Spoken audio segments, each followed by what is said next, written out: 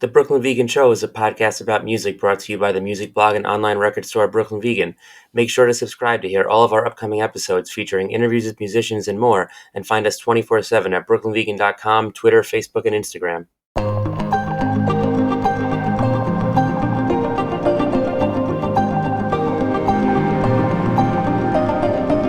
Hey, welcome to the new episode of the Brooklyn Vegan Show. I'm BV editor Andrew Sacker, and today we are talking about emo albums from 2014, all of which turned 10 this year in 2024. It's sort of a accompanying conversation to a list we have up on brooklynvegan.com called 30 Classic Emo and Post-Hardcore Albums Turning 10 in 2024. It was supposed to be less than 30, but I get carried away and can't help myself. And we're going to talk about just 15 on the episode, and with us we have Drew Berenger, who used to write about a lot of these records on Absolute Punk back in the day, and who joined us last year on the 2013 episode. Welcome back, Drew. Hey. And we also have Brandon McDonald from Home Is Where, who I think it's safe to say Home Is Where is probably influenced by a lot of bands we're going to be talking about. Do you think that's true? No. But I like a lot of these records. Well, it's awesome to have you on the show, Brandon. Thanks. So before we get to talking, just a quick heads up that listeners of this podcast can get 30% off your first year's membership at DistroKid by signing up at distrokid.com/VIP/BrooklynVegan. If you're unfamiliar, DistroKid is a service for musicians that allows you to easily upload your music to all major streaming platforms, including Spotify, Apple Music, and more. It allows you to add automatic revenue splits so collaborators and co-writers can get paid too, provides you with an artist page that links to your music on all streaming services, and it allows you to add lyrics, credits, liner notes, and more. And again, you can get 30% off your first year's membership by signing up at distrokid.com/VIP/BrooklynVegan. And that link is also in the description of this episode, so you can click directly from there. All right. That being said, Brandon, why don't we start with you? Why don't we open up with the Hotelier's Home Like No Place Is There? All right. So this is where I eat my words, because this is definitely an influential record on all of us, I think. Maybe not Joe so much, but I know that me, Tilly, and Connor really like this record. And this is like one of those records I remember like hearing for the first time. Like I remember I saw it on some message board back in the day. I saw the album cover and I was like, "Oh, that looks up my alley." So I just downloaded it, never hearing of the Hotelier when they were the Hotelier, whatever the first band name was, and listened to it on the bus home, riding home from school my senior year. It had to be like close to the end. What do you know what month this record came out? Like what day it came out? I'm pretty sure it was February. Okay, so it wasn't close. It was definitely my senior year. So I just remember listening to it on the bus and then walking home, going back to the house I grew up in, and I don't know, felt a lot of things. I was pretty new to emo at this point, so this is a pretty like foundational record. I'd probably only been listening to emo records for like a year, so this having be like one of the first like new things, I don't know, it just hit me at the right time. Yeah, we actually premiered some songs and album songs from that record on Absolute Punk back then. I remember we worked really closely with Tiny Engines on that. I think Pitchfork had the album stream. I know AV Club had a song. And then Tiny Engines was like, "Hey, we want you to premiere a third song. You can pick whatever track you want to premiere." And so we picked Life in Drag. So that track always is my personal favorite from that record. I mean, all the tracks are great, but at the point of that album, that song hits, just like feels really impactful. Yeah, I love Life in Drag too. I mean, that record is like, I remember like I was kind of surprised by it because like the first song I heard was The Scope of All This Rebuilding, and like that's kind of the most like I guess pop punky song on the record. And they had kind of been like a pop punk band, so I think I had a minute of like not fully realizing what they were about to become. And then I heard like the whole record and went to see them. And like when I think about that album, I really think about the tours and just like them opening with an introduction to the album, and like they're like not even, they'll be like opening the show for like Modern Baseball or whoever, who we'll talk about soon. And everybody's just screaming every single word to this song that has no hook. And it was just like, you knew it's like something was like so special about this band. I know how that goes. I think that same year they were playing small venues, and my now wife, but then girlfriend, we drove down to Bloomington, Indiana, because they were playing with Foxing in like a Mm-hmm. 200 cap venue, which was really cool, really special. Like both of those records that came out at the time were just really impactful records. Yeah, the original Home Like No Place Is There Albatross co-headlining tour was awesome. And also, just as a quick side note, in case anybody mentions it, technically the Albatross came out in 2013. That's why we're not talking about it. Um, but Yeah. yeah, I mean that was just like 2014. This was like such a time because it was like the Albatross came out in very late 2013, and then it really popped off like when the Rory video came out in like either December or January, and then they signed to Triple Crown and got the re-release, and it was like, but then you had like You Blew It's, Keep Doing What You're Doing, Home Like No Place Is There, and Modern Baseball's You're Gonna Miss It All, like in the same month, or like maybe You Blew It was January, the other two were February, but within like a month and a half or so, you just had this like total changing of the guard of emo. So like I do feel like it not only is this year just loaded with good records, but it was such a pivotal year. Um, and I think on that note, Drew, why don't you take us to the You Blew It album, since that was the first album of the year that we're talking about. Came out in very early January. Yeah, that was like I think like January 27th is when it released. It kind of kicks off that the whole what you're talking about 2014 is that being the first record. I still kind of look back as that record kind of being my favorite record from the that whole year of 2014. As far as the genre goes, produced by Evan Weiss, you could definitely hear the production differences, and not in a bad way, from "Grow Up Dude" to this record. And I mean, they got the Pitchfork write up from Stephen Hayden on it, and that kind of helped too. But I think Tanner's lyrics in this are just really good. It's very explosive. It has like more of just like an edge to it. And I remember, I think that year or maybe the year after is when they were asked to open on the Wonder Years Greatest Generation tour. So like they went from playing like really small basement type venues, like opening at like Chicago venues and stuff like that. And I just have really fond memories of this record. I think this is around the time where I got let go from Spin Media and the whole Absolute Punk. That thing kind of fell apart because of Spin's terrible investments, and so this record came at a really good time for me. Obsessed over it. I think the first track, "Match and Tinder," is great. "Year Reward" is really great too. But I think this is their best record by far, and it kind of sets the tone for what 2014 would be in this genre. Branton, are you a You Blew It fan? Oh yeah, Florida band, of course. Yeah, they rock. I like I think it's like "Grow Up Dude" or something, the one with the football player on the cover a lot more. Mm-hmm. But I remember this album coming out, and I remember there being like a lot of hype around it and stuff. I was kind of late to the game for like the rest of their discography. But yeah, this is a great record. It just proves that Florida bands always are know how to make emo music. Yeah. And they had a really that great split like right before this record with "Fake Problems." Mm-hmm. I think when the songs was like "Florida Doesn't Suck" or something. That's a great 7 inch too.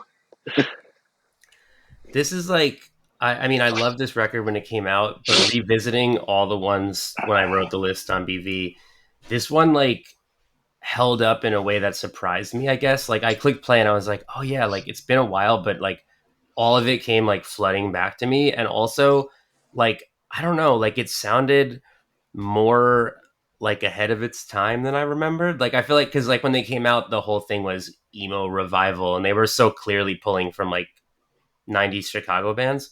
So it kind of like it surprised me how much I think it still sounds really new, and like doesn't really just sound like they're copying like, the Kinsellas and Get Up Kids and whoever else they were compared to. And the production's really clean. Like Evan has a really interesting sound. Like you always like I always know like an Evan Weiss record when I'm Mm-hmm. listening to it without checking like who the producer is, because it just sounds like it just has like that. cleanness, but it's not like, like too clean. It doesn't feel like too polished or anything like that. It's always really nice. It always sits real good. Yeah, 100%. Brandon, one of the other records on your list is a band that I often associate with You Blew It because of their early friendship, Prawn, and the album Oh yeah. Kingfisher. Yeah, that's a good one. I really liked their EP Ships when it came out. Another one where I just kind of saw the album cover and I was like, oh, this looks kind of cool. See what this is about. And I really liked how they played with like layers. Like there was like a wall of sound happening, but it was never too overwhelming. Like there was always a little bit more going on. And they were pretty like, I think like progressive is like a weird term to use for like emo music, but like, I don't know. They were like, they had like their jazzy moments and, uh, weird time signatures and I'm sure tunings, but I guess every band did. But I don't know. They just really wrote a good song and knew how to layer it. Like it was never felt like I was just listening to like a DIY band, even though it was like a pretty DIY approach. Not that there's like anything wrong with that or whatever, but like I think about like the first couple years of like the emo revival, and it was like like clearly just like super lo-fi production stuff, like like Street Smart Cyclist and stuff, and like Snowing and all that stuff. So to hear like that counterposed with like fast forward a few years later and you have like like the record like the You Blew It record we just talked about, or this one, and here like a little more shimmer is always really interesting to me. I feel like that what you're talking about is like one of the big things that really does separate. Like, it's like, I'm going to back up for a second. Like, it's funny, we talk about emo in waves, and like I feel like what we're talking about now obviously is what most people call fourth wave emo, and then I feel like within that there's like other mini waves, and I feel like that Yeah, kind of late 2013 into 2014 wave, like the big difference was all of a sudden bands realized like, oh, we can actually play like Webster Hall or something, and like people yeah. are going to get to hear what we're actually doing. So like if we throw in intricate stuff, it's not going to get drowned out by like the shitty basement EP. And it seems like there was like a little more attention to detail, a little more production value right at the cusp of like this particular era.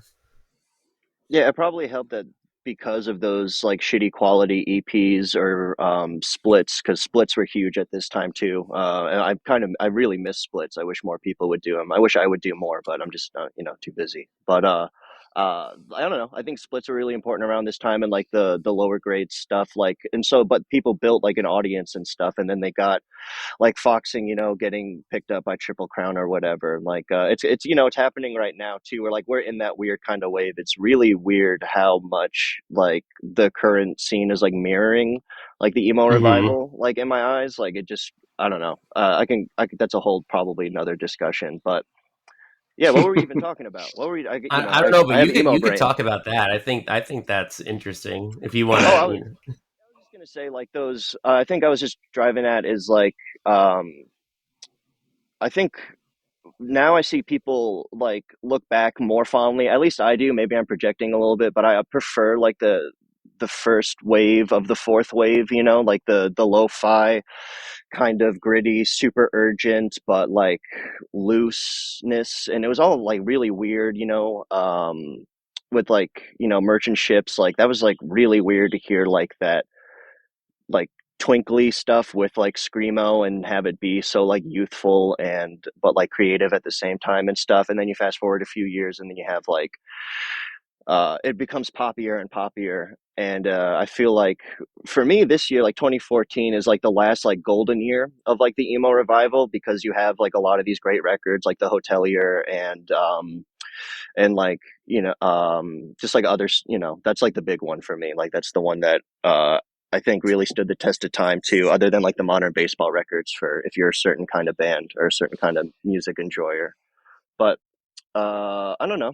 I at this time I was still really into like Algernon and stuff. Like even though I was really into a lot of the stuff like the You Blew It record and the Prawn record that came out, like I felt like going back more a little bit, if we're talking about like more contemporary emo, because as we all know, 90s emo is that's the real shit. It's the best shit. You're never going to top it. Yeah, I mean, I definitely like have a fondness for.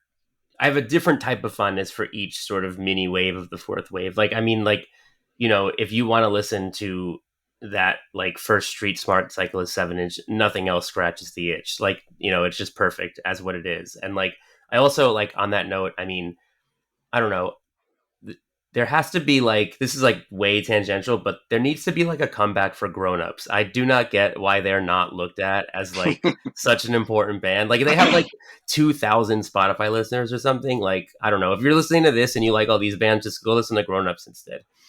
But I also really like the sort of like then third wave of the fourth wave. Like this is so nerdy, but like I really like not to like get too far off track, but the era where all these bands like kind of tried to make like their Radiohead record, like You Blew It and Balance of Composure, and like everybody was like going for like Atmosphere and like chilling out. I was like, I like all those records a lot. Like I don't know, obviously Hyperview kind of kicked a lot of that off too, but yeah, I like it all, but it's like yeah, each little mini sort of wave has, I feel like, its own reason why I'm excited. um anyway, I digress clearly. So let's talk about modern baseball, Brandon, since you brought it up. So I guess technically I have this one on my list, so I'll start. I mean, to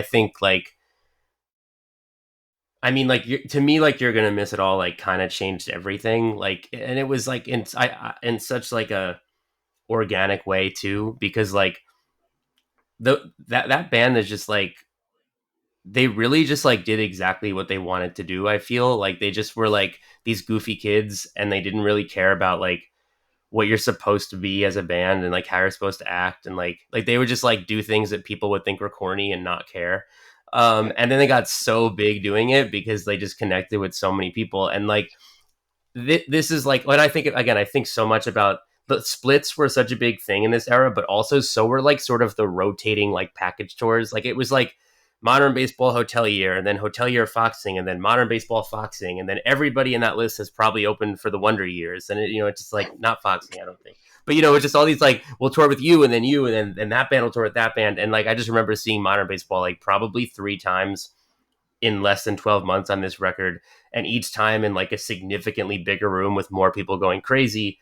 And every time I just felt like this is like the most important band in the world. Like, not, I mean, a lot of bands are important, but like I felt like you were in person witnessing something that was like truly rare to come by. And I have the fondest memories of all those Modern Baseball shows on this record. And like, yeah, who else wants to talk about Modern Baseball? I mean, I think you hit the nail on the head. I feel like this record really connected.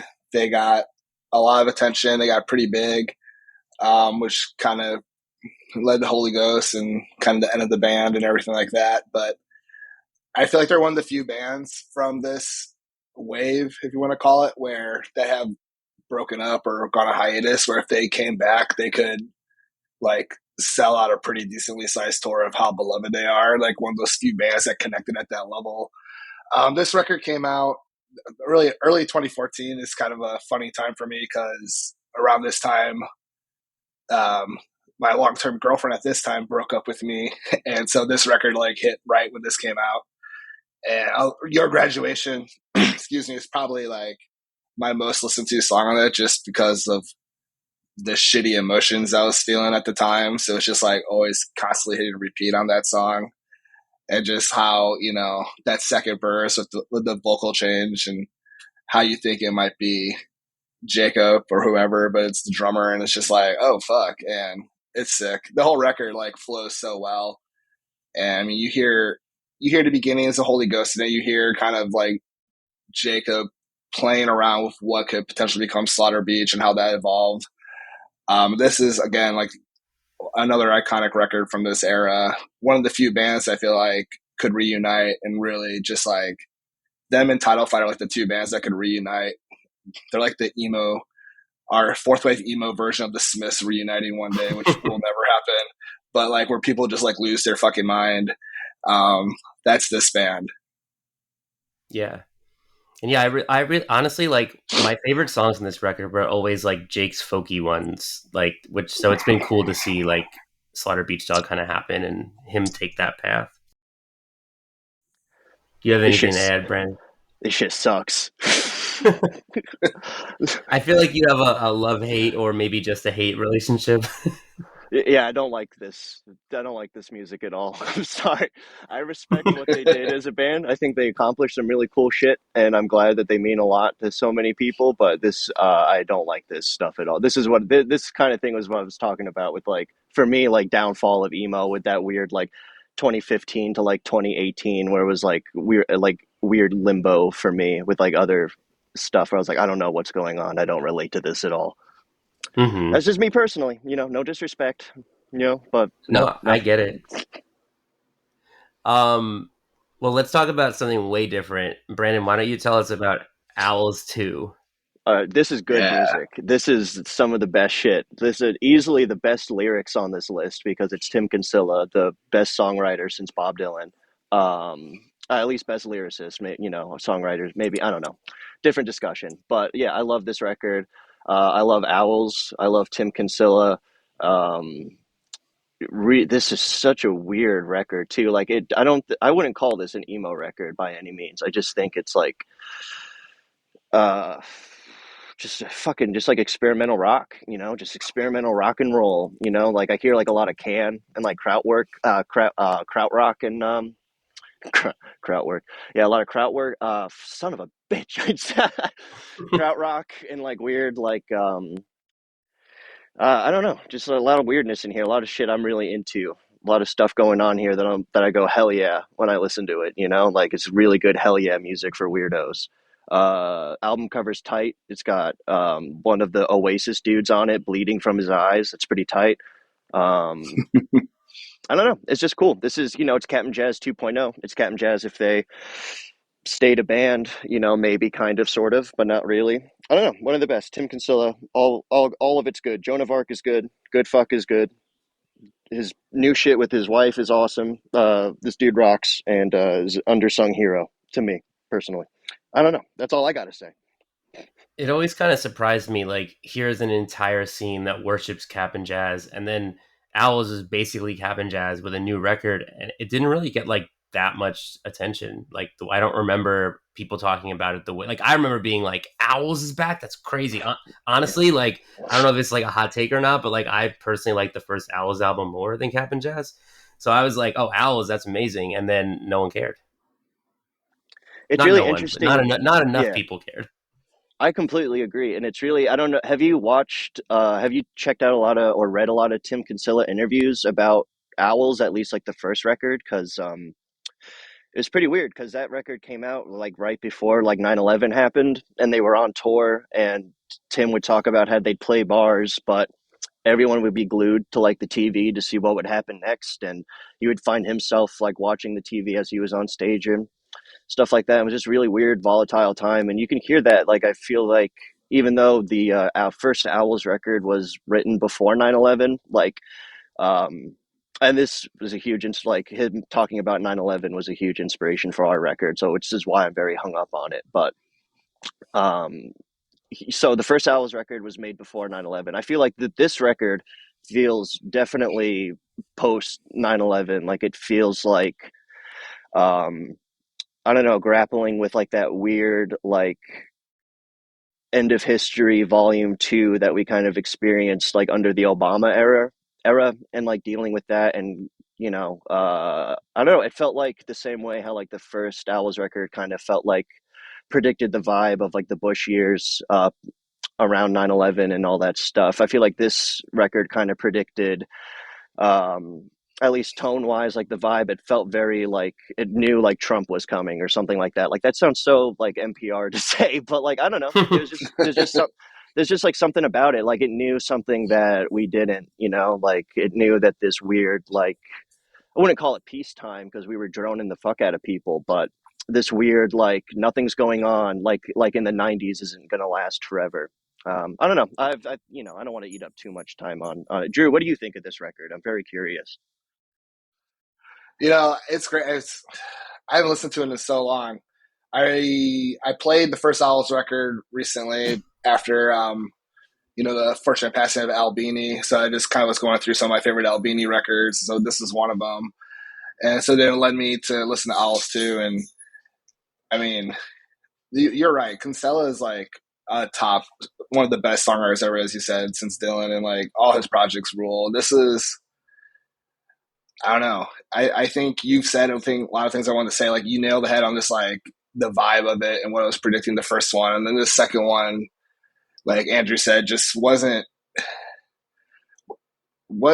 ready for this era, like you said, like with like how what people were wanting out of an emo record in 2014. We're probably just not ready, or not even really, maybe even aware of what Owls was as a band, or who Tim Kinsella was. Unfortunately, not because I feel like this era introduced a lot of new listeners to this style of music, and so I don't know. I think it's a record that I think after the news of Albini passed, going back to the first Owls record, like I saw a lot of that on my timeline. A lot of people talking about like this is the best record Albini produced. It's Owls record, so I feel like right now, especially with what we're going through now with the political stuff and everything, like predicting Trump and about to go through fucking round 3.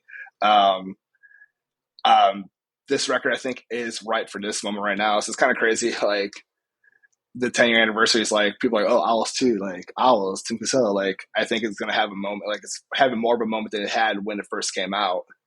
Yeah, it holds up really well, and it unlike a lot of the albums on this list, it doesn't feel like so extremely 2014 because it was an outlier then and just always will be. It sounds more like what a lot of fifth wave records are trying to do. Like if we're actually gonna like, nut up here and call this an emo record, I feel like this is like on par and probably like maybe like subvertly influential in some way or not to like the post emo scene or whatever. Like all those people like Mhm. making emo music so experimental that it's barely even emo anymore.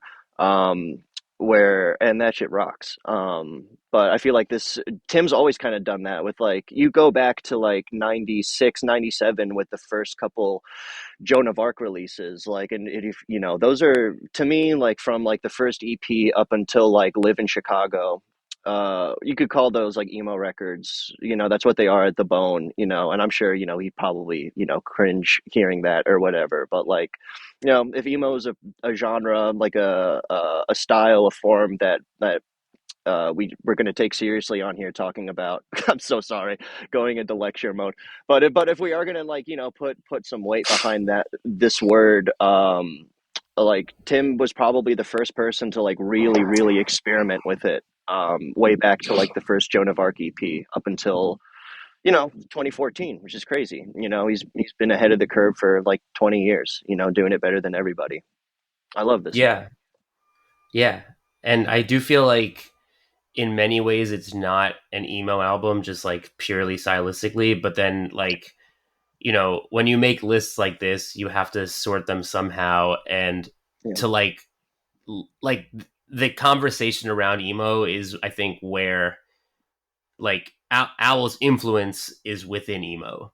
Like even if the band isn't, I feel like they're unfortunately not going to come up on like 10 indie rock albums turning, you know what I mean? Like it's Yeah. so yeah.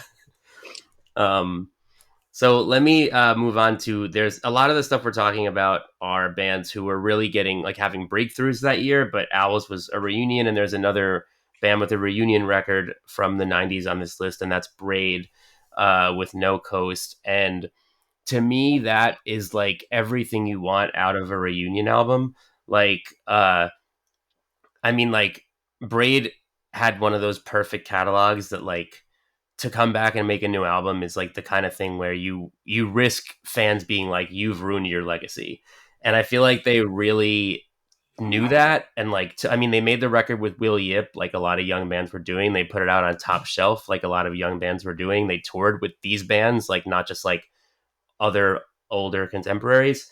They definitely were like fully immersed in what was going on, and I think they made a record that if you didn't know any better, like you could just put it right next to that You Blew It record or right next to the Prawn record. All bands who like obviously worship Braid, and it sounds just as fresh as those bands did. And honestly, I think this is another one that like doesn't fully get enough credit. Like I went to the latest Frame and Canvas anniversary tour because Braid likes to do those whenever they can. And then they encored with No Coast songs, and I was like, look, I love Frame and Canvas as much as the next emo person, but I was like kind of feeling the No Coast stuff more. I mean, it's fresher, it's newer, you haven't heard it as many times, and it's really good, I think.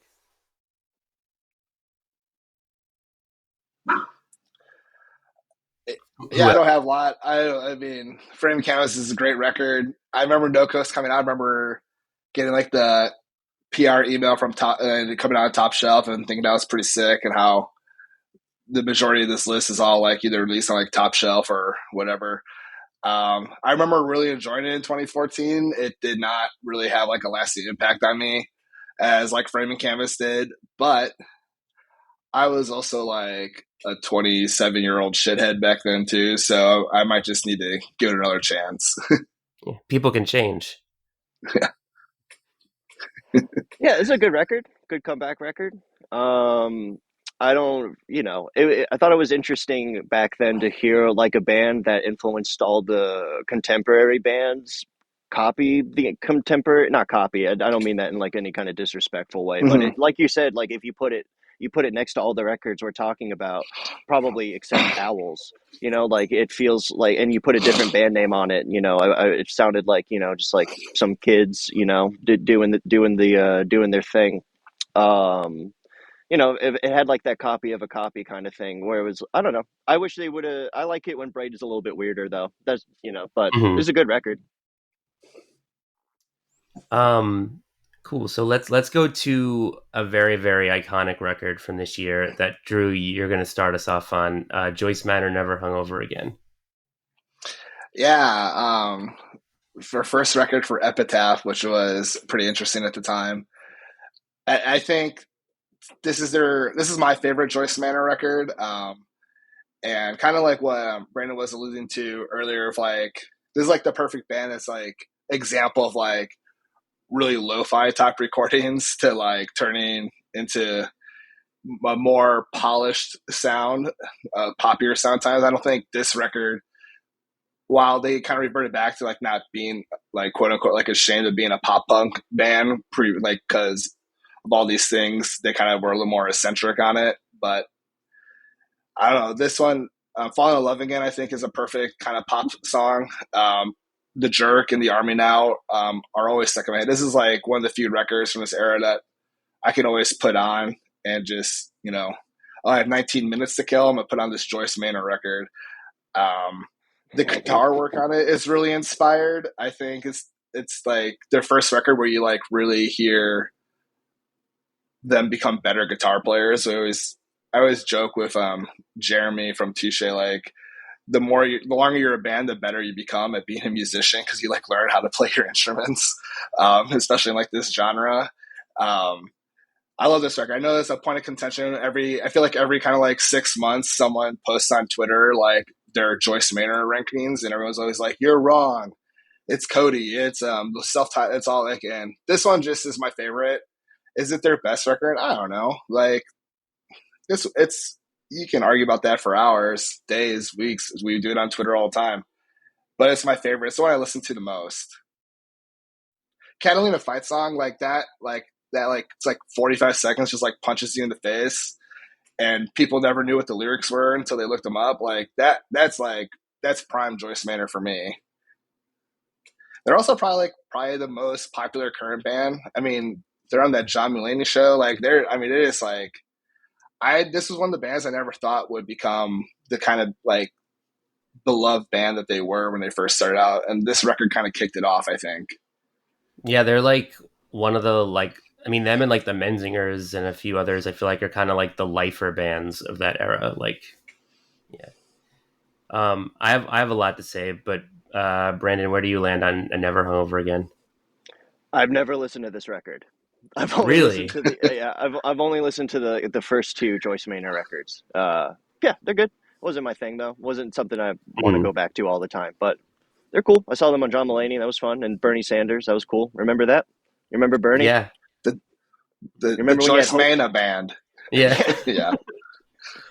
Yeah. Yeah, I mean, as far as Drew the ranking their albums goes, this is a band for me whose albums I can't rank because it's just like it just changes daily. Like there are days where I'm like, you know what?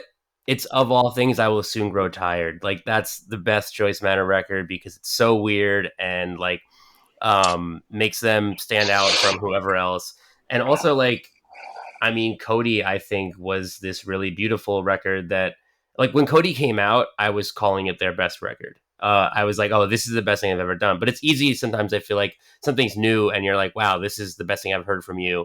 And then 10 years passes and you're like, oh, I think I want to go over the 10th anniversary tour for the self titled, like, because like then that's the, but like, yeah, I mean, most days I say the self titled's their best. It's just perfect. It's like, I think that I think it's like I really like when bands are like really sort of unique and innovative without sounding like they're trying to do that. Like I feel like they were just like a little pop punk and a little hardcore and a little indie rock and all in a way that was like just really natural, especially like I think Barry's a couple years older than me, but like he grew up listening to a lot of the same bands as me, and so like I'm like, oh, that's so relatable to like, yeah, you like Guided by Voices, but you also like Blink 182, but you also like hardcore, and you're just gonna write songs that are sort of all those things, and that made so much sense to someone born in like the early '90s, I think, because it was like what we lived, and like I think if you're a little older, you might hear that band and be like, oh, I've already heard Jawbreaker, like whatever. But they just sounded like so specifically like unique to me because of like their perspective and stuff, and also just I think Barry's an amazing songwriter. Um, yeah, so why don't we talk about Framework's Loom? Oh yeah, Yeah. good shit. Florida again, Florida on top. What can you say? It's mid aughts screamo that is from Florida, so it rocks. I don't know. I don't know what it's. I don't think there's anything too stand out about this. I like their fuck. What the hell is it called? Their EP or their record before this, the one with like the deer on the cover. I think it came out the year before this one, which is how I found out about it. When this one came out, but I don't know. Just a really good record. Still holds up. I wish more people would talk about frameworks in general, and because I don't hear them cited too much when I like talk to people about this shit because not because yeah, I don't know, I just don't hear about it that much, but they rock. um yeah. Yeah, I really like that kind of like I think it goes overlooked now like that Top Shelf put out a lot of good screamo, like other than like Pianos Become the Teeth who kind of like went beyond that, like that was such a crucial part of this whole thing was like all the bands doing just like straight up like OG screamo, and like Frameworks were just so good at it, and it was like a great time because that kind of stuff, it screamo I feel is always there. There's like there no one should ever declare a screamo revival. There's literally good screamo records every single year since like 1992, but it definitely has like its moments of a bunch of bands are getting noticed and then it kind of dies and then a bunch of bands get noticed. And I feel like this period, like Frameworks, Caravels, We Were Skeletons, there was a lot of cool like top shelf screamo, and I'm a big fan of that stuff. Yeah, this record fucking rules. Like the Loom, like I remember just being blown away. Like when I hit play on this, a perfect screamo record. It led to them being signed to Death Wish for one record, and that record's really good too. But this is their best one. I actually put this on the other day when I was looking through the email file. I was like, oh man, Loom, I haven't spun that in a while, and it still holds up. I miss this band a lot, honestly. Like they, it's like it's not. It doesn't sound dated at all. Like you guys said, like screamo never really needs a revival. Never needs to be revived. It's kind of like it can be a timeless sound, and this record captures it perfectly. Um, yeah, it's crazy. Like when you think about the variety of records Top Shelf was putting out back then, and they still do now with the other kind of different genres. But like the first quarter of 2014 for Top Shelf to put out a You Blew It record, a Prawn record, a Frameworks record, it's just like it's pretty fucking sick. Like it's probably why they're one of my favorite labels, and yeah, another great Florida band. Yeah. Well, speaking of pianos become the teeth, Drew, do you want to talk about "Keep You"? Yeah, this I love this record. Um, it was pretty divisive at the time when it came out because there's no screaming. Like it's clean vocals, and it was jarring at first, but I get it, and I've come like I think that they did all they could do with the type of style they were doing on the Lack Long After. I think that's just such a perfect record that it was time to maybe try something new, try a different style. And I love that they've kind of honed it over the last couple of releases, but this one really knows how. I think the last track, Say Nothing, is just like peak pianos become the teeth. And when we mentioned this band on Absolute Punk or now on Chorus FM or even just like on Twitter, I think this is a lot of people's favorite record. It really resonates. Um, I've never really like researched or even asked why they stopped screaming so much, but honestly, it doesn't matter. It Um, hurts. I think, yeah, other than like the physical part of it, obviously, but stylistically, I do not know why. I have never asked or looked up why they stopped, but uh, maybe Colin just wanted to try something different. But it's like, holy shit, he's a good singer. Like you just never like expected it, and I think it helps us the impact of this record and what he's singing about.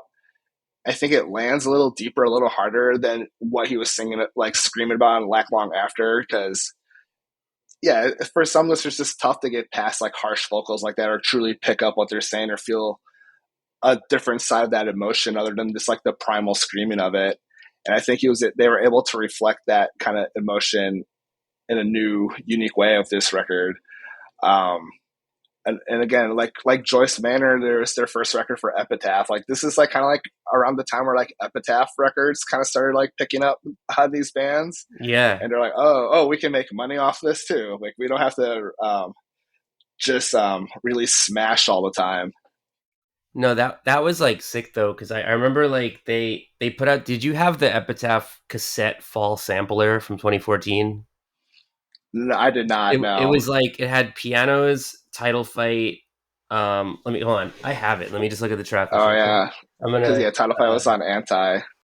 pianos, Joyce Manor, sidekicks, Menzingers, Plague Vendor, who kind of never popped off, but they were pretty cool. Title fight, and then Desiparecidos, who they signed and kind of fit with this. But it was cool because I mean, like I don't know, growing up, like Punkorama and Bad Religion and Rancid, and that was like my total shit. And then for that label to like sign all these bands I was now loving of this new, like kind of more like progressive version of like not just like straight up skate punk, like and all at once, and then put out that sampler, and it felt very like we're behind this scene, we care about this scene, like that for me, like as like an Epitaph stan was like kind of a very cool moment, so I was happy about that. You have anything to say about Keep You? I haven't listened to this one either. uh, you should Yeah, check this record out, it's really good. I've been meaning to get deeper into Pianos Become the Teeth. I listened to a couple of their records, and I think the screaming was really really interesting. But I just never dug deeper for whatever reason. Just never got around to it. But respect, mad respect. Hmm. Yeah. Nothing but love. Yeah, I wish I could say that when they started singing, I immediately was like, "Oh yeah, this is the best thing." But I definitely had a minute of like, "Oh man, like my favorite screaming band isn't screaming anymore." Like, like they put out that song "Hiding," and I was like, "Oh, what are they doing?" And now I'm like, "That's obviously the best song they've ever written," and like totally bridges the gap I think between Lack Long After and Keep You. And I agree. I mean, it's like now, like when you think of this band, I think you think of Keep You first, and like that they started out as a screamo band is almost not a footnote, but like this record I think is the defining pianos record. And like you said, I have nothing to add, Drew, that you didn't say already, but like you can understand the lyrics more. They get through to more people because you don't have to like screaming to like the record. And what he's talking about is just so emotionally devastating that I think the record like it's just it tugs at the heartstrings. In That's an understatement, but that's what it does. So while we're talking about the wave bands, Drew, why don't you start us off on "Rooms of the House" by La Dispute? Yeah. Again, another example of like a bigger label picking up on this revival of sorts, as this is the only record La Dispute put out on their short-lived imprint label on Staple Records, which was supposedly the hardcore imprint of Vagrant Records. So in a way, this is like a Vagrant Records release, The Better Living, which is just really weird. It gives me a headache thinking about it. But this record, following up Wildlife, which was just so wildly loved by just by everyone, that was kind of like the last record of like that No Sleep Records wave, or like when No Sleep was kind of popping off. But I think this is their best record. I think it's their heaviest thematic record of, you know, Jordan's always been a storyteller and takes other events and stories and puts his words and his take on it.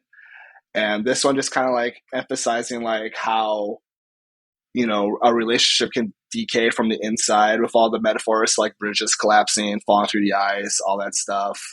Maybe not as like viscerally devastating or sad like some of the songs on Wildlife, like King Park or Edward Benz, but really still devastating in a way. Like there's a song, you know, where they have to explain to their child that the mother had a stillbirth, and like talking about the bridge collapse of I-35 west in Mississippi. And they have those little women interludes, women reading, women in stance, like where you really hear like a little of their more experimental side, like the jazzy side. Like one kind of sounds like a little Kid A-ish, which I always hate making that comparison, but you hear it in it. And then you got a little like dismemberment playing in it too. I just think this is the first record they really expanded how creative they could get musically, while still emphasizing how uniquely Jordan retells these fucking devastating stories.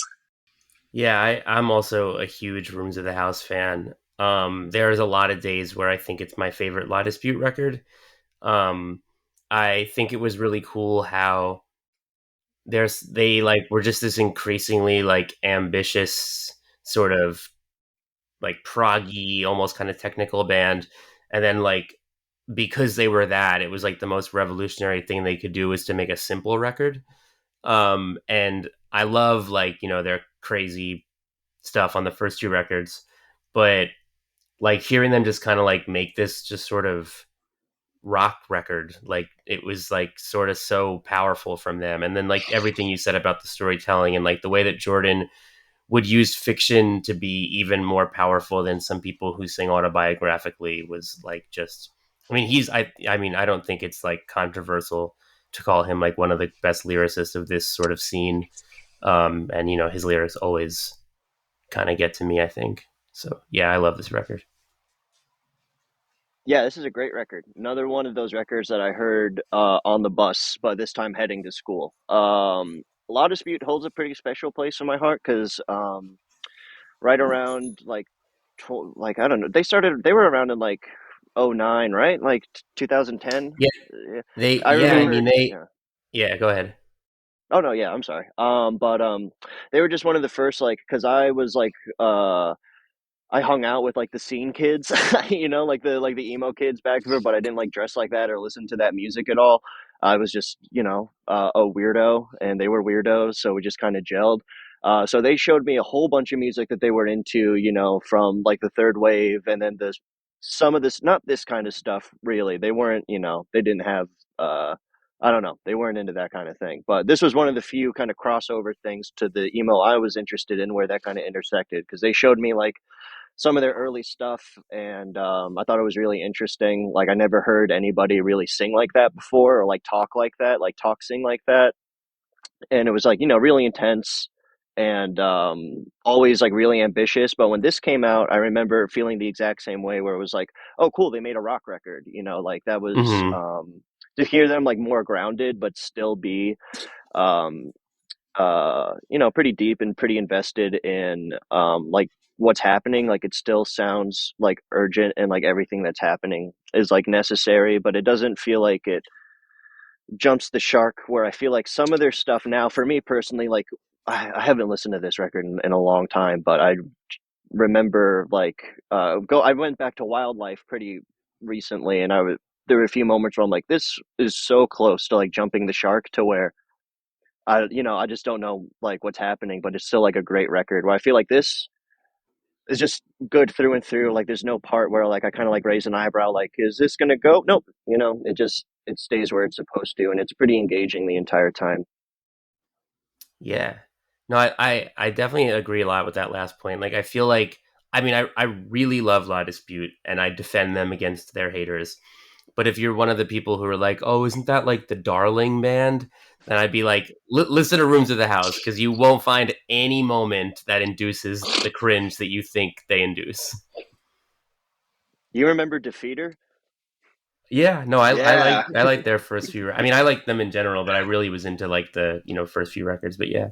Do you want to play the name just some guys game? you know, yeah, I feel like Defeater was pretty popular. Were they on this list? I feel like Defeater had something come out in They 2014. Was that what? No, Why? they did. They were 2013 and then 2015 with Okay, yeah. I think Letters Home was 2013 and then I think it was Abandoned in 2015. I just remember being obsessed with White Oak Doors. That song where they have the train, where they have the drums be the Yeah. train. So it was Yeah. so nuts. It was so stupid. That shit's awesome. So the last record on Brandon's list that we haven't talked about is "You Will Eventually Be Forgotten" by Empire Empire. Oh man, what a record. This is one of those ones where it's like I hear like some people talk about how like emo isn't like sad, you know? I don't know. I always feel like Empire Empire is like the only emo that's like sad. Like I am upset when I pop on Empire Empire. Like yeah, I don't know. It's a great record. I remember it coming out. Another one where I checked out the first record, the What It Takes to Move Forward, and really liked it. Hmm. And I was like, this sounds like Mineral but better. Um, and I like Mineral, but I like Empire Empire more. It's like one of the few times I think where it's like the movie's better than the book. You know what I'm saying? Like, Mm-hmm. I don't know. Keith just has really interesting way of constructing songs and not only constructing them but like playing them like uh, or like letting them out maybe more. I don't know. It's really genuine. He's really honest lyrics. Like usually like a lot of those cases like lyrics like that really don't hit me too well, but for what the way Keith like says them and sings them, like I buy like every single word that he's saying. And also like goes without like the beautiful album art, like probably the best album Mm. cover on this list. Like I've always really liked Empire Empire's like aesthetic and Count Your Lucky Stars, and just I don't know, just like really foundational. Another one of those this with like the Hotelier where it's like last great like hoorahs of like the emo revival, like the scene I was like interested in and am still like revisit more often than not. And I don't know, it really impactful. Really hope the Detroit Lions win the Super Bowl so we get a comeback record. Yes, yeah, me too. I am like, first of all, I'm not really much of a football fan, but if I was, I'm raised a Jet fan, so I gotta kind of. But every time the Lions get close, I'm like just rooting for the Lions so we can get an Empire Empire. I Um, was just about to mention that. Like, I remember they were in the NFC title game, but they were winning. I tweeted, "We're so close to a new Loneliest States record. Just hold on." And like, but yeah, no, this. I agree with everything Brandon said. Like this, it's really disappointing how it feels, how little people remember this record. I feel like the first record everyone is like their go-to, but I feel like this is their best record, and I wish more people talked about it. I'm really glad it was on this list. Funny enough, Chris Simpson and Bob Nana both appear on this record, so Oh, cool! I didn't know that. yeah, yeah. yeah, it's a very cool like passing of the torch. And yeah, I also I also agree with all that's being said. Wish more people would talk about it. Love how sad it is. Like you were saying, Brendan. Like I'm looking at my little write up for the list, and like, I'm sorry, I have like something in my throat at the moment. But like lyrics on the album are like, "I nearly lost you on our wedding day, and I almost died at 21." Like it's just so downer, and like, and it's amazing. And I feel Well, like, they're Lions fans. I yeah, mean, I feel like with like all this sort of like, I don't know, TikTok assisted interest in slowcore. I kind of hope like Empire get like a little bit of a second, like whatever, and like Joie de Vie. I feel similar about them too. Like Oh they hell both yeah. kind of did the like Mineral and Serenading, like just took that as a launch pad, and like I really really like that like very like slowcore emo, and I think that we need more of it. Yeah, I always think that when it comes to that kind of stuff, people kind of gravitated more towards like the early American football kind of stuff because it has that Mhm. noodliness, but also it's like really ambient. But Keith just is word salad, like it's just line after line after line. Whereas like American football and Mineral too, where it's a little bit more sparse, but like I don't know. I feel like I know this man, like I've like Keith, but like a weird Mhm. parasocial relationship with how honest it is. Like he's got like almost like an Elliott Smith kind of vibe, like lyrically. But I think honestly, for my money's worth, I'd rather listen to Empire than Elliott Smith. That's just me personally. Me personally. Um, Sure. I just and it's really cool and how we were talking about Braid and a couple other acts from the '90s coming in and reaping the benefits of the emo revival. Keith restarted Count Your Lucky Stars and has some good, quote unquote fifth mm, wave bands on there now, and has like two really good projects that are tit for tat up there with some of the like contemporary bands, like doing newer bands. I mean, you know what I'm saying? Like I don't know, he still got it. Yeah. Dude rocks. Yeah, I mean, he just put out that split like with his solo project Mount Oriender, if I'm saying that right, and it was with like Topiary Creatures, Super Destroyer, and Hey I Love You, which is like all fifth wave stuff, and yeah, it felt like Yeah. history repeats itself. I really like Thank You, I'm Sorry. That's like a recent Yeah. band from that label too. That's super sick. This record was also co-released with Top Shelf just to keep the Top Hmm. Shelf theme going, which is was a kind of like a funny, not funny, but just like a cool crossover between those two labels to both put this out. I feel like I mean, it was like Top Shelf, Run for Cover, Count Your Lucky Stars, No Sleep, Tiny Engines. To me, that's like the core five, and they were like, so many of these bands were doing like splits coming out on both labels at once, and like, um, yeah, that was, I mean, I don't know, like obviously this was like such a crucial era, and I definitely think having like a solid group of labels that were all about it was part of that. And speaking of Run for Cover, Modern Baseball is the only Run for Cover record we've talked about so far, but there's a few others on the list. One of which is the last Hostage Calm album, Die on Stage, which is an album that I partially picked because I think it really doesn't get talked about enough at all. I mean, I think like that's another one of those bands that I don't think you had to be there to like it, but I think maybe you had to be there like to know it. Because they just like, I don't really seem to hear much about them lately. But when they do come up, people like talking about the self-titled record, which I think is a great record. But I have really, really, really have a strong place in my heart for Die on Stage. And it's like this sort of Springsteen-y, like 50s pop inspired punk album, but in a way that's a lot less generic sounding than you're picturing if you've never heard it. Um, and just like really, really good melodies and really, really good lyrics. And like one of the albums, I think like I've like shown it to people who completely missed the boat and they're like singing along on the second listen. Like it's just all great pop songs. And yeah, I think it's like, it's a little, it's like was prophetic. They called it Die on Stage. I think they kind of knew they wouldn't last forever. They broke up on this tour. They were supporting Citizen and like broke up on the tour and went home. And then the tour got finished with Slingshot Dakota filling in for Hostage Com because these are all important facts that have to be reiterated. But anyway, yeah, I really like this album. Are either of you Hostage Com Die on Stage fans? I never heard of this before, but it sounds interesting. It sounds like something that'd be up my alley. So I'll check this out. I'll report back. I really, Please Remain Calm is my favorite Hostage Calm Hmm. record, but this one's right up there. I think if you're gonna check out this band, check out both those records. I know people like the self-titled, but it's whatever. The last two records are Well, it's their not best whatever. I mean, records. it's still really good. Yeah. It's bottom tier Hostage Calm for me. Oh wow, okay, it's kind of a hot take. Oh, Saint Anger fan popping in here, so True, true. You like Saint Anger? I love Saint Anger. Do you like Lulu? I love I prefer Metallica trying stupid stuff and fucking failing than whatever they've been putting out lately. That's much more interesting Metallica to me. And yeah, I rather them try and fail instead of just like being like, oh well, this didn't like really connect. So we're just gonna re-release, like try to be like thrash metal, but we're like 70 years old and it sucks shit.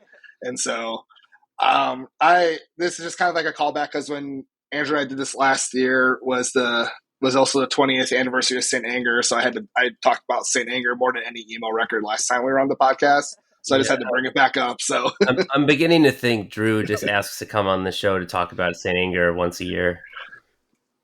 Hell yeah! Well, the only reason is I'm a huge Lou Reed fan, and I think Lulu yeah, is the best Lou Reed solo record. You know, not Velvet Underground record. And I also think, having only listened to two other Metallica records, that it's the best Metallica record. yeah, I think that's rad because yeah, everyone obviously they have like their first 4 or 5 records, but I they have millions and millions of dollars. They should just keep being weird with their music, and they stopped doing that after Lulu, and it's disappointing. Yeah, It's I think. the snare on Saint Anger gets a lot of deserved crap, but if that was in the hands of like a better producer, they were thinking something with that trash can snare sound because I hear it all over that Knocked Loose record. Yeah, I was gonna like if like a like metalcore post hardcore band had that snare, people. I mean, it's not that far off from like the Snapcase snare. Like it's really not. I don't think I have no issue with the snare in Saint Anger. I love it. Yeah, and Have I either of agree y'all with you. checked? Oh, I'm sorry. No. Go ahead. Go ahead. I was gonna no. You were mid sentence. I'm sorry. I was just gonna say, Drew, that I agree with you that I would rather hear Metallica try something weird and fail than just make these like generic thrash records that sound like watered down versions of their '80s records. Like, yeah, yeah. So go ahead, Brandon. I was gonna say two things. One, we need a Metallica emo record, like through and through. Yeah. And we also need a Metallica collaboration with John Cale from the Velvet Underground. So it'll be like, full circle kind of moment. Because Mhm. John Cale just put out a new record today, and dude, he's still got it. He's like 70 something years old, and he's still one of the best. Yeah. All right, this is a John Um, Cale podcast now. We're done with the emo. We're I'm sure we could like easily trace a line from John Cale to emo, right? I mean, like, Oh, I can't wait until Home yeah. is Where LP3. You'll hear it. So another record that I want to bring up is the Cayetana record. Um, Nervous Like Me, which was an album that it was on Tiny Engine since we're talking about the labels, and it was an album that like I mean that band just came out of nowhere. Like that's a cliche, but they literally came out of nowhere, fully formed. Because you listen to their first demo, I think one of those songs is also on this album, and they're just like an amazing band. Um, and like just as amazing as they ended up being. And Augusta's new band Gladdy I think is also amazing. But yeah, I mean Nervous Like Me was such a moment for me. Like it was I something I really liked, like I was kind of saying about Joyce Manor, was like this very sort of, I guess, like millennial, like casual genre blending thing of like genres that maybe the previous generation looked at as separate. Like Cayetano were like indie and emo and folk at like all at once. And there was, I feel like Waxahachie and Radiator Hospital and like Hop Along were kind of in that realm too. And like Cayetana scratched that itch for me right off the bat. And the lyrics, the choruses, like this record just sticks in your head, sounds so good. it hasn't aged a bit for me. Like I have the best memories of seeing them touring this album like so many times.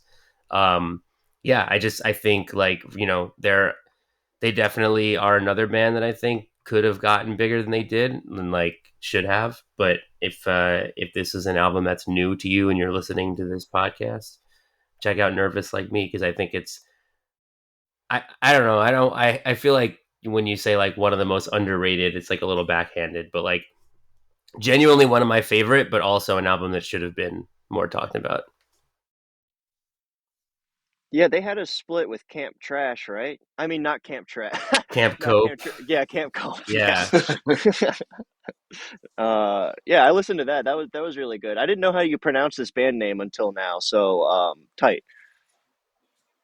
I'm pretty sure that's correct. But yeah, no, it is. Yeah. If it's not, someone email me, but I think it is.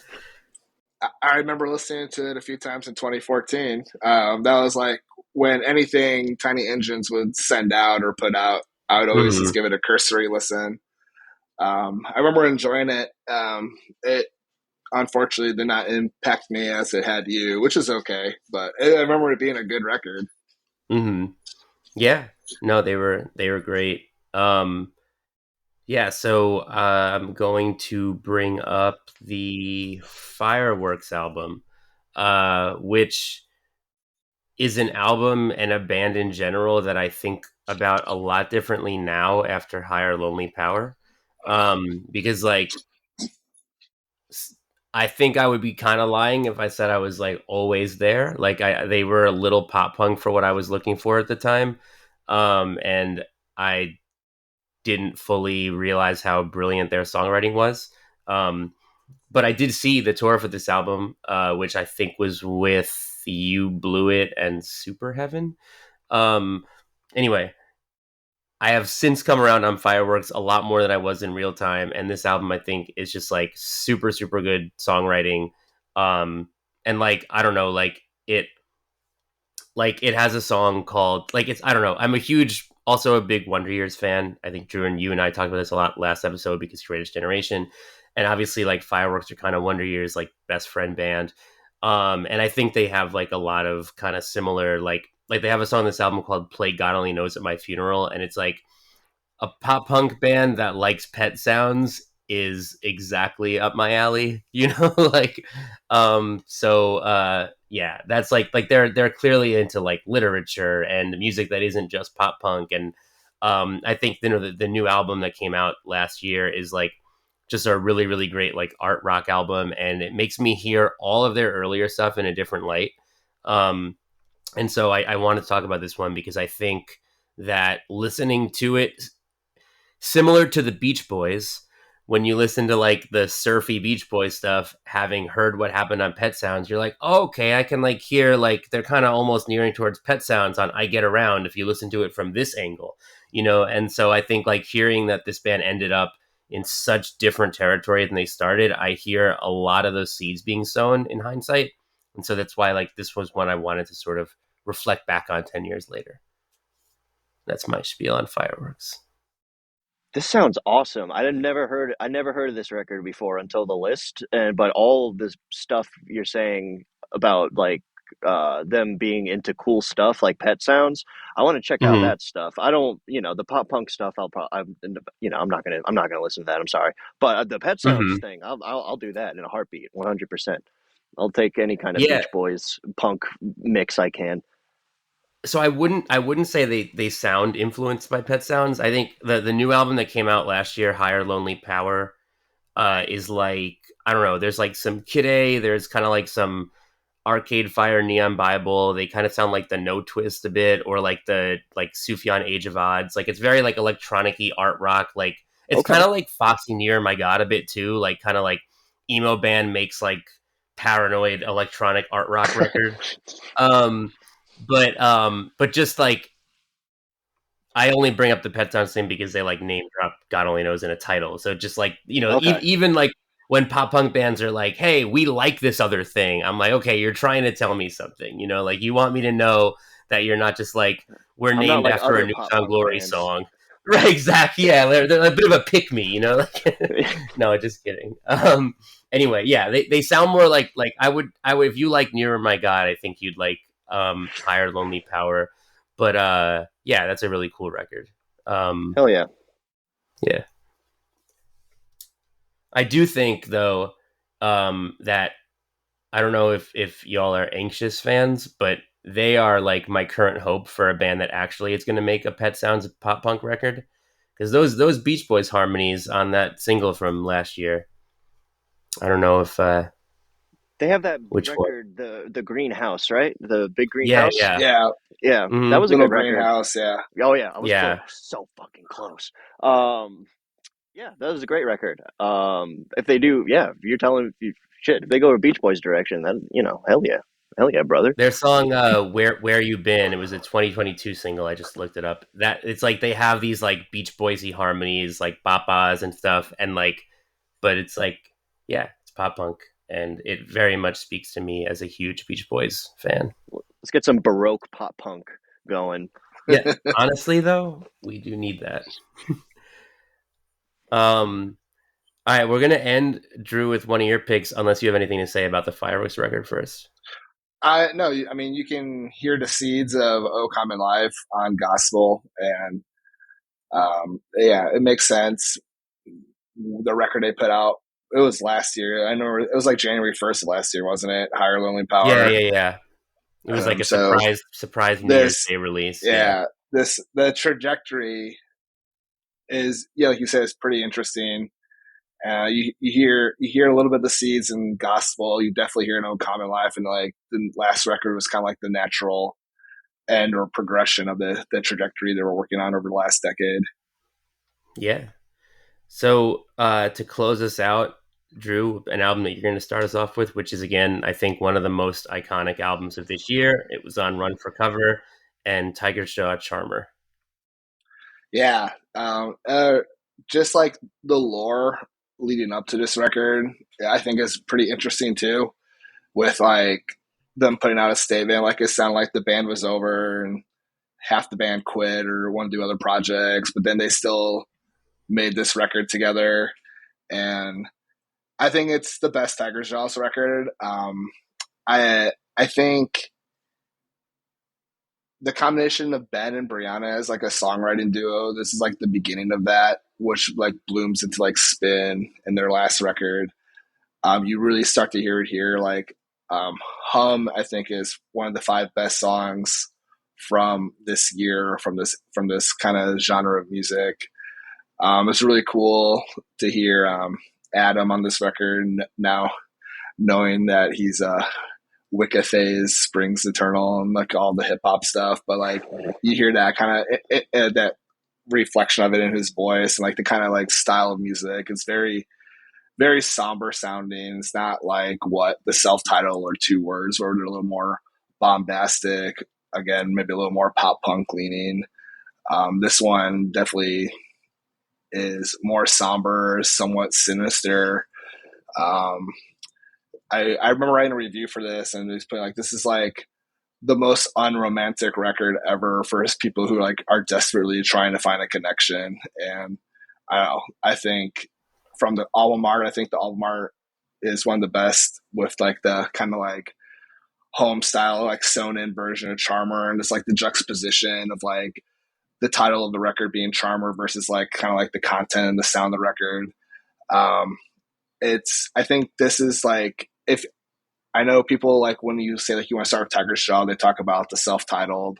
I think if you've never heard Tiger's Jaw, which would be kind of weird if you're listening to this podcast, but for like the few people who haven't heard Tiger's Jaw, I always recommend to start this record because I feel like this is like the true beginning of the band.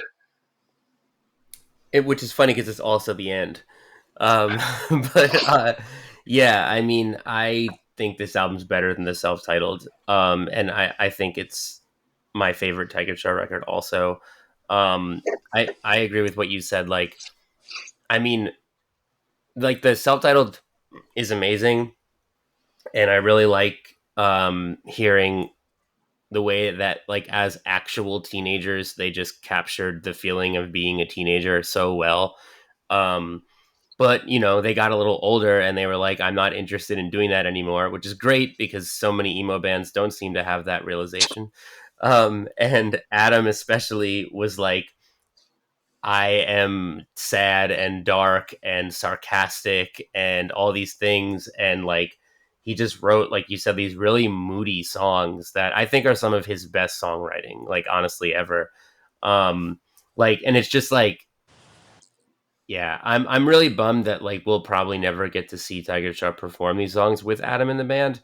I mean, I love Ben's songs, and like you said, like, I mean, Hum with like the beginning of Ben and Brianna as a songwriting partnership. It's a great song, and I absolutely love the last two Tiger Sharp records, and I love what they've become. It's very interesting and cool to me how they have like all these eras that are all great for different reasons. They're like Fleetwood Mac or something. But this sort of right in the middle where they still had the classic 5 piece, and Adam is like writing these songs that almost like wouldn't even be Tiger's Jaw songs probably if they did, if the like, I could see him just writing the same songs and making them Wicked Phase songs, and like, but then the band is there to be like, here's how we play it, and then you have Ben like who's like a little bit more still on like the punkier side, and it just all comes together so well. And I feel like the whole, and then also like they is it Pat or Dennis, I forget, that sings lead on the it's anyway, it's like literally 4 of the 5 members take lead vocals on this record. Like, it's for a It's band that's literally breaking up, it's like the most collaborative thing they'd ever made. So it just, I think it's cool how, like they as far as I know, like, it was an amicable split. It was just more about different interests. So they were like, hey, like, we want to make this record, and then that's it. So it's cool that like they were able to sort of put the time in to do that. And I think it just came out amazing. Yeah, I'd never listened to this record either. I listened to the Pizza one. Um, uh, Mm-hmm. wasn't not my thing, but that pizza looks delicious. Every time I see that cover, I want a slice of pizza. So I mean, good good album cover, 10 out of 10. Um, yeah, I don't know. I just never got into this kind of sound, this scene, and like the bands that like were like kind of loosely associated, like Citizen and stuff. That stuff always kind of just Mm-hmm. stayed on the other side for me. Um, yeah, if you're not trying to sound like Captain Jazz around this time, I don't care. Got it. Is there anybody else that had a record this year that we didn't talk about that you really love, Brandon? No. No, this was a weird year for me. Because this was like I had been like really checking out contemporary emo music for a year around this point. So this is like right when I'm like really, in the trenches, like coming off of basically just listening to Bob Dylan and adjacent Dylan stuff, like the band and Neil Young, and like stuff that influenced Dylan, like Hank Williams and Woody Guthrie and stuff like that, consumed like my early high school experience. So around this time, I was opening up in general to like contemporary music. Like I had been obsessively listening to like Animal Collective and Neutral Milk Hotel for about 2 years at that point, and that was like really consuming my time of just listening to a lot of that stuff. And and then getting into like Foxing and like the Hotelier and like Jack Senif projects and things like that. And then for me, like going back, like when I started Home Is Where, I did this whole thing where it's like, okay, so I'm in this emo band, so I'm going to go back and try to completely understand the history of this thing I'm participating in, because I want to add to it, but also like switch it up, include things I like, and try to mix it in and see if any of those interests intersect.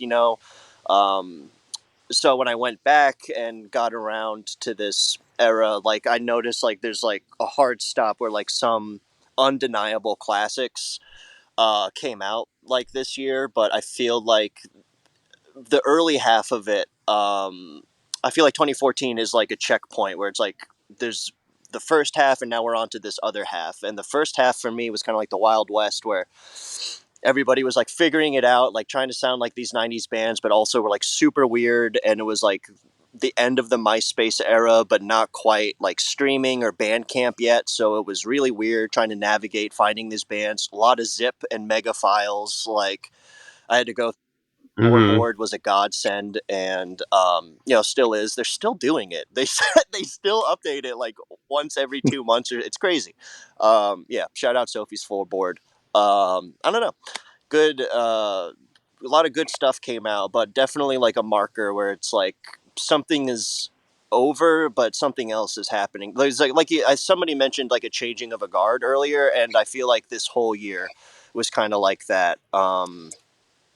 Yeah, I just prefer the earlier stuff with like Braveville Abacus, Algernon, Jack Senef shit. That's my bread and butter. From here on, when you get into like God, like 2016 for me, which is like the worst of this shit, when you had like, I don't know, just awful, just terrible, terrible, terrible music coming out for me person, no disrespect, but Sure. I don't know. It was a rough year, rough times. And then 2018 happened with like Awake But Still in Bed and Pool Kids. And I was like, oh, cool. The genre can still be awesome. And then it just gets better and better sometimes every year. I don't know. I think we've been on a upward slant, but I also kind of feel like we're hitting that pole right now too, where it's mirroring it, where I don't feel as excited about like new. I feel like we're hitting like a wall with like certain emo stuff happening right now.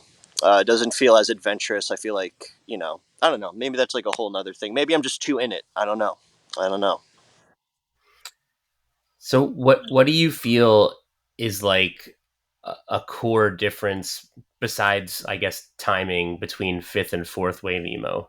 Like, what do you think is something that like ideologically makes them different? A complete uh, a life immersed in internet culture. Number one, like people making music that have had high speed internet access and smartphone access since the day they were born. Um, you know, um, post, uh, I don't know, just a lot of stuff, a lot of different interests. In electronic music and like hip hop, like completely overtaking rock in any way. Um, More access to better DAWs, like, or just like the will, like people just making albums on their phones, like Your Arms Are My Cocoon, like just making an iPhone memo record basically, and it's amazing. Um, yeah, and obviously there's way more open queerness and stuff. Not to get into identity politics or anything like that, but 99% of this music was made by just like straight dudes, singing about straight dude stuff, which rocks sometimes. Love some of that music, but a lot of it is just really repetitive and samey. Doesn't feel unique. Like it doesn't feel like this band wrote this song and only this band could write this song. There's a moment where like anybody could write it, or like it felt like anybody could have written a certain song. Whereas like now, you got a lot of people are really into like noise, and there's just way more under like also like there's way more access to music and stuff. Like people can listen to basically every emo record ever made, whereas like people here had a limited amount of like resources and influence to a limited amount of resources that could be like influences and stuff, which also maybe had helped with like a unique sound, or also maybe helped with like stalling it. I don't know. It's like a give and take thing. Am I making any sense? I feel like I'm like doing Yeah, like yeah. uh, Sylvia N- kind of thing right now. Like No, 100%. And I mean, this stuff is like, I'm a big nerd for this kind of stuff. And yeah, I mean, I like just like, I think one of the things that made like the fourth wave so unique was actually that like it was the first generation that grew up with like the file yeah, sharing era, because like I think it endlessly fascinates me that like by 2002, and that's probably even a little late, there were like no bands that sounded like Cap'n Jazz and American Football in existence, and like except for like a couple really really really rare examples. And then like fast forward 5 years and there just start to be like, it's like people who don't even know each other, like somebody in like, you know, Lehigh Valley, Pennsylvania, and somebody in like Fenton, Michigan, and somebody in Florida are all kind of like, what about Kinsella riffs, you know? Like, and it's just like um and it just seemed like, I think, a product of the fact that like and I remember doing this. Like, I'm obviously not in an emo revival band, but I remember like downloading a torrent of like 90s emo, and it had so much to do with how popular emo was, and being I was into like Taking Back Sunday and stuff, and then it got sort of so cringe by the time it was really big, and I was like, oh, like I like this music, but it's going in a direction that's not speaking to me. And then finding like the Promise Ring and Braid and stuff, I was like, oh, this is like where everything I love comes from, and this is even better than what's happening now. And I'm sure that other people who were like around that age were like feeling that and being like, why don't we just make bands like that instead of making bands like Fall Out Boy? So I do think like the change in technology and access is probably something that is huge for both generations, but like then like to your point, yeah, like it's the file sharing era made it so easy to find that stuff back then, but now it's like even easier because it's like even like the Mediafire era and stuff, you still kind of had to hunt. Now you don't have to hunt, you just type it into Spotify. And Yeah, yeah. if you're lucky, there's a lot of really good bands that still aren't on Spotify, like Family Might and fucking Footnotes, like weird like bands that like completely got lost in like the shift from file sharing to streaming and stuff like that. And also, what's really interesting about this stuff is like this is like the a weird cross between the end of like local scenes, like local sound, like you like Hmm. a Florida band, like with like the bands we were talking. Who did we talk about? We talked about Frameworks and we talked about You Blew It, right? Not you. You Yeah. blew So it. like you could tell, and I'll throw You'll Live in there too. Either you guys like You'll Live? You remember You'll Live? I remember the name, but I don't know if I ever really They were like a listened. twinkly screamo, like they had like that merchant ships kind of vibe. Really good Florida band. Florida stays on top. Fuck you. But the you know, but you could tell that like you Florida bands, and you can tell like like Philly bands at this time and stuff. But there was also like that unifier that the internet had, where it's like we all like Kinsella, or we all like Braid, or we all like this like '90s Chicago shit. Where and so there was like that like foundation there, that almost like that universality that was there, but there was still like a local sound, like they went to like this same person probably with Pro Tools in their garage or whatever, or not too far. And they played in the same shows, circuits, and things like that. Circuits, whatever, for DIY band, like Weekenders and things like that. Whereas like now, it's like they're definitely local scenes, but there aren't really like local sounds because everything is just so kind of random, and everybody has like really like their own niche influences that they're all taking into everything now. And I think that's cool. I think a lot of times a lot of stuff gets lost in the sauce. Like it's influenced by so many things. It kind of sounds like nothing. Whereas the opposite of that happened with the revival, where it sounded like you could hear its influence from everything, so it sounded like nothing. Like you could hear like this band was like, oh, I'm really into Tiger's Jaw and modern baseball and title fight, so we're going to put it in there, and it sounds like nothing. Whereas like now it's like I really like Charlie XCX, but I also really like like MPB jazz, and and then uh who's what's like a like Captain Jazz or something like that, and they mix it all in there, and Mhm. it can things you can get some really interesting stuff, but also it could sound just like a bunch of noise, but it's not noise music. Like it's almost like sound collages. There's like no song sometimes, or it's just so muddied out in its own. I wouldn't say indulgence, but like I don't know.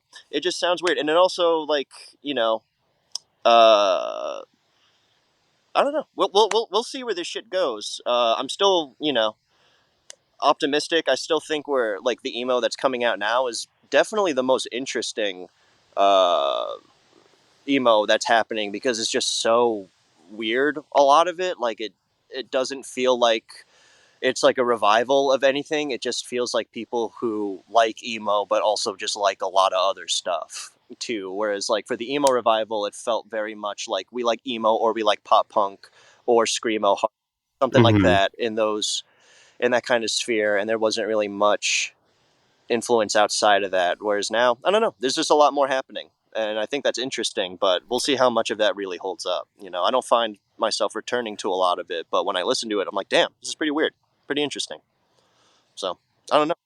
Yeah. I'm obviously biased, but I always say that emo kids make the best music nerds because like when you see things on Twitter like, oh, post your top 20 albums of all time, and it's like if you're not an emo kid, your list has like 20 really acclaimed records. And then like when you have like 15 really acclaimed records and then like Braid and Joan of Arc and Piebald or something. And I'm like, yeah, like cuz I'm like so cuz you can talk to the other people about Velvet Underground and Joy Division and whoever else you're supposed to know, but they can't talk to you about Braid and Piebald. Yeah, definitely. So Yeah, it's like emo kids make the best music. yeah, it's awesome. Yeah, emo rocks. This music rules. I don't listen to very much of it anymore, but anytime it comes on, I'm like, hell yeah. I go hell yeah every time. Awesome. Well, on that note, before we go, anything else that either of you want to plug or that you have coming up or like anything, while you're here? I mean, I have nothing to plug. I I just had two extra comments. If we want to remember some bands from this era, that's forgotten, you guys remember Good Time Boys? They put out a record called Rain on Bridge 9, and it's very like post-hardcore screamo in the way of like a frameworks type way, but maybe not as intense. But that was their last record, and I don't know if either of you follow or read Jay's writing, Listen Up Nerds on Twitter, but we were kind of reminiscing about Good Time Boys as a oft forgotten 2014 band. As like, I was honestly maybe the last Bridge 9 record that Bridge 9 put out, it feels like. So I just, when you said any other 2014 records, I immediately thought of that because I was probably like one of 10 people to buy that vinyl in 2014. Um, I had a question for Brandon since the Hoteliers record that came out in 2014 was very impactful. I'm just curious. I don't want to wait 2 years. Uh-huh. What did you think of Oh yeah, it Goodness? was great. It rocks. Sorry, I was trying to look up 2014 emo records, but It's okay. it's my internet's not loading. Yeah, no, Goodness. I think I like Goodness more. Um, Hotelier is a hard band for me to return to because it's just so heavy. Like you being like Mm-hmm. I got to be having like a bad day to be like I'm gonna pop on this Hotelier record. Um, but yeah, I remember really liking it, and like that record to me is like the final breath of the emo revival proper. We can talk about this in terms, Mm-hmm. but like that's like almost like I don't know. It's like like the confetti getting thrown and like the hankies getting waved at like the sailing ship going out to sea, and we're all on the dock like, all right, we'll see you.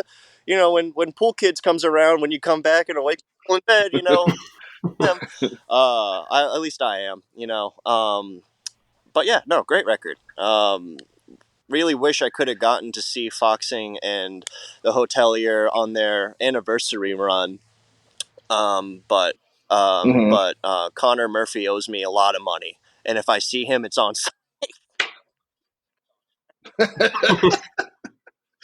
Yeah.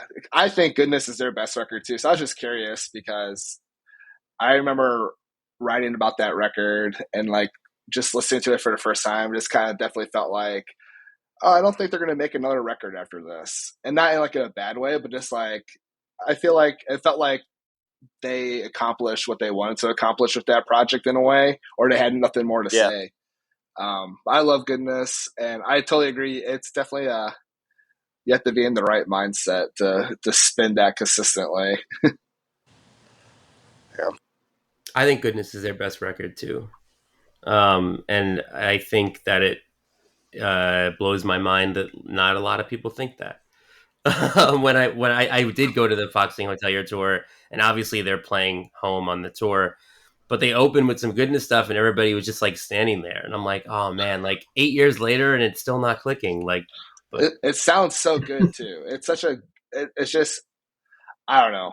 It's a great record. It does sadden me that that's not more people's go-to Hotelier record.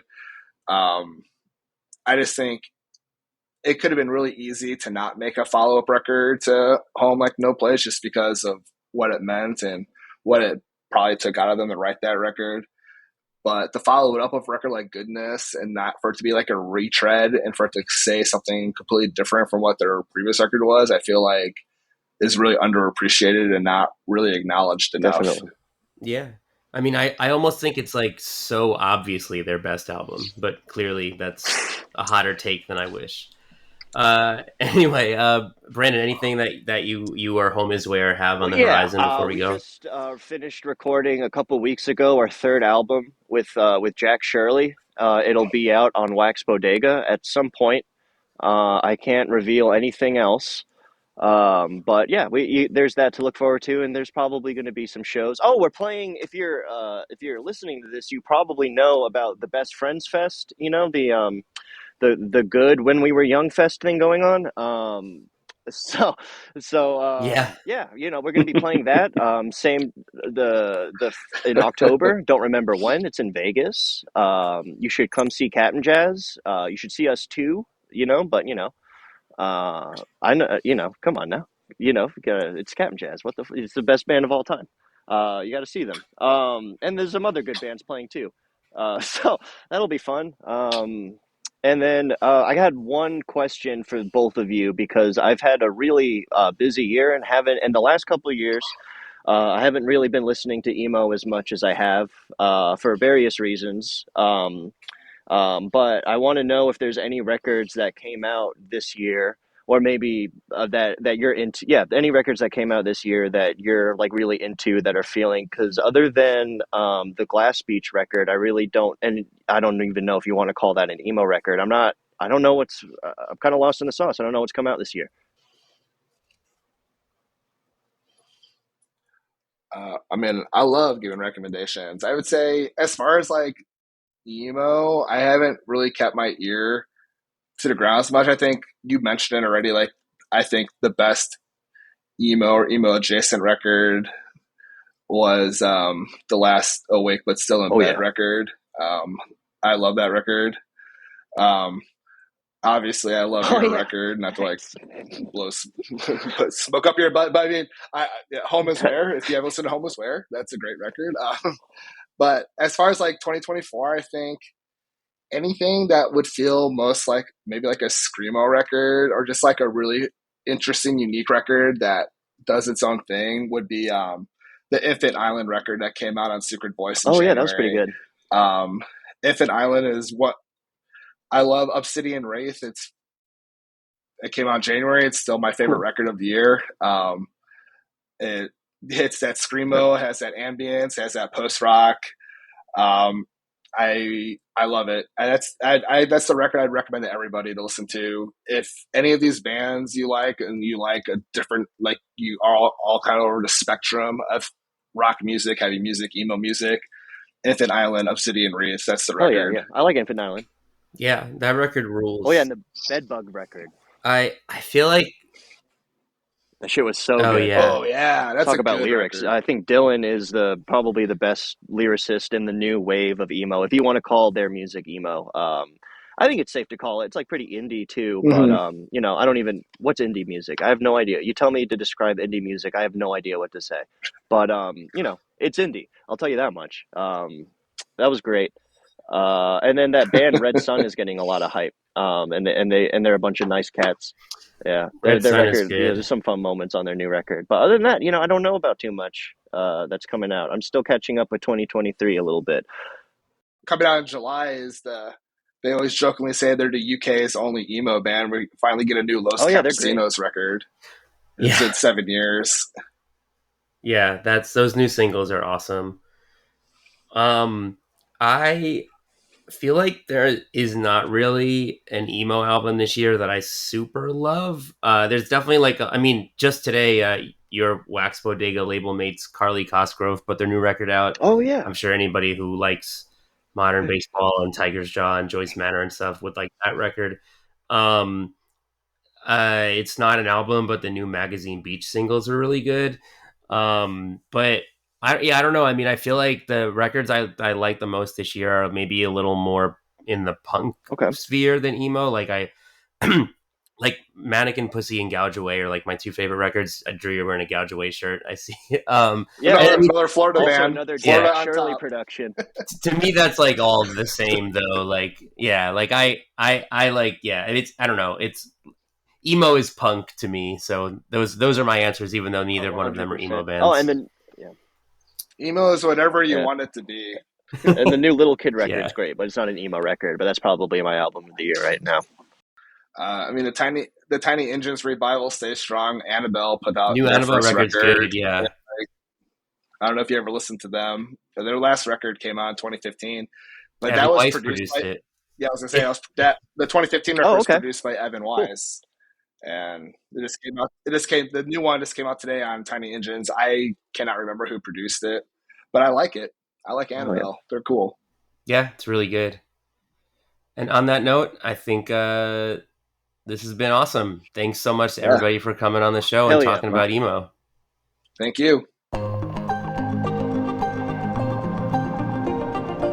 Hey, thanks again for listening. Check out our full list of 30 emo albums that turned 10 this year on BrooklynVegan.com.